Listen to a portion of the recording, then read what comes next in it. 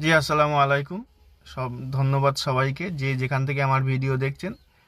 Actually আমরা আজ Epstein file নিয়ে বিভিন্ন রকমের বক্তব্য, বিভিন্ন রকমের সোশ্যাল মিডিয়ায় আমরা বিভিন্ন ভিডিও দেখছি। অ্যাকচুয়ালি যদি আপনারা দেখেন যে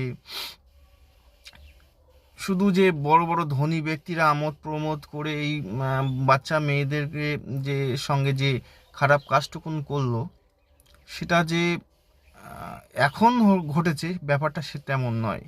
ব্যাপারটা যুগ যুগান্তরে ধরে চলে আসছে, রাজা বাদশাদের আমল থেকে চলে আসছে।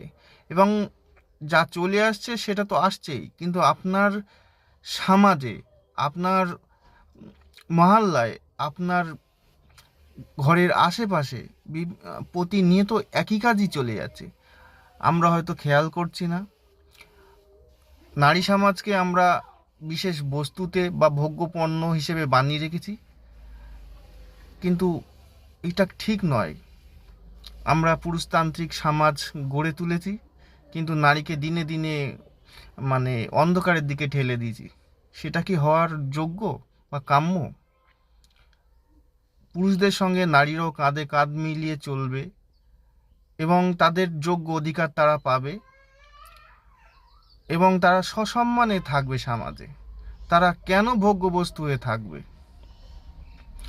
আপনার পাড়ায়, আপনার মহল্লায়, আপনার আশেপাশে এরম বহু নারী রেপ হয়ে যাচ্ছে, যেটাকে আমরা হয়তো কোনো গুরুত্বের সঙ্গে দেখছি না বা প্রকাশ পাচ্ছে না। কেন?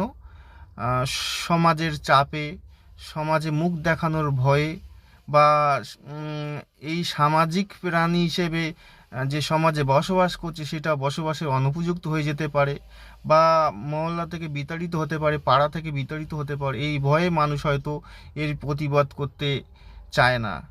আজ দেখুন না, বিভিন্ন কাণ্ড। কিছুদিন আগেই এক ডাক্তার নারী, সেও রেপ হয়ে গেল। তার বিরুদ্ধে অনেক কিছু আচার আচরণ করা হয়েছে, কিন্তু এখনও কোনো সুরাহা হয়নি। আসলে সুরাহা হবে বলে সন্দেহ আছে। যাই হোক, সন্ধ্যা তো সেটা কোর্টের আন্ডারে আছে, কোর্ট দেখবে। কিন্তু শুধু একটা নারীতে না, আমাদের সমাজে অনেক বাচ্চা বাচ্চা আমাদের আদরের সন্তানরা দিনে দিনে এইভাবে নির্যাতিত হতে আর কতদিন হবে? সেটা আমাদেরকে সচেতন হওয়া উচিত।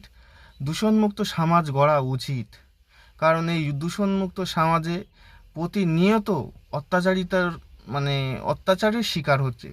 সেটা কোনো মতেই কাম্য না।